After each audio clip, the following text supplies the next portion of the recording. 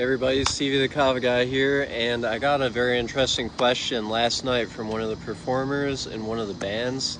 It's a question I get pretty frequently. It is, will kava affect my music, my performance? And the thing is, the ethnomusicology of the islands that have used kava for hundreds or thousands of years, it is deeply intertwined with kava. So you look at the most likely origins of kava itself in northern Vanuatu. So the precursor to the kava bar that they have there, it's called a nakmal, and around the nakmal is where prominent ancestors would often be buried, and the men in the villages would go to the nakmal and undergo certain initiations, and music was a huge part of these initiations, learning sacred songs and sitting down, having kava ceremonies inside the nakmal. The men would often sit in silence, and then they would have clairaudience where their ancestors' spirits, bridged using kava, would pass down sacred songs to them. And this is valued more so than creativity in their culture.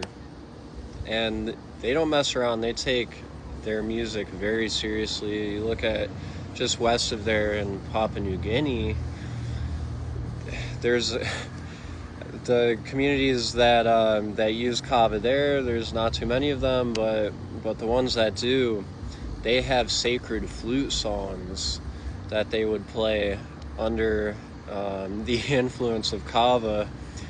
And it's so strict there that they would have to be under supervision of an elder who has learned all the sacred songs on their bamboo flutes.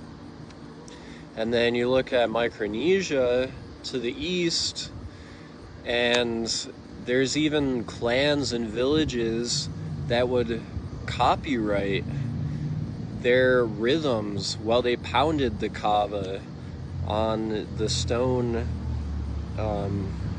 kind of pestle, I think it's called. And yeah, so kava has started basically sub-genres of folk music in the islands that have used it.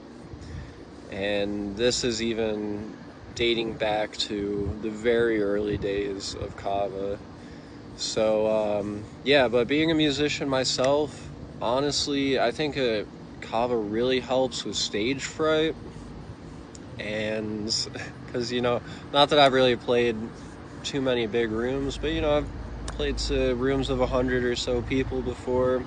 Kava definitely helps me in those situations, and songwriting, like those people in Vanuatu, and there's kava drinking songs in other islands as well. So kava can be great for songwriting, inspiration, affecting those GABA receptors in our brain, boosting creativity.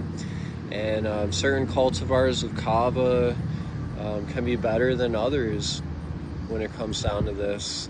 And that's, I weigh that heavily in picking the cultivars for my menu, is, does it give you that boost of creativity? Because this is mainly a music and art space.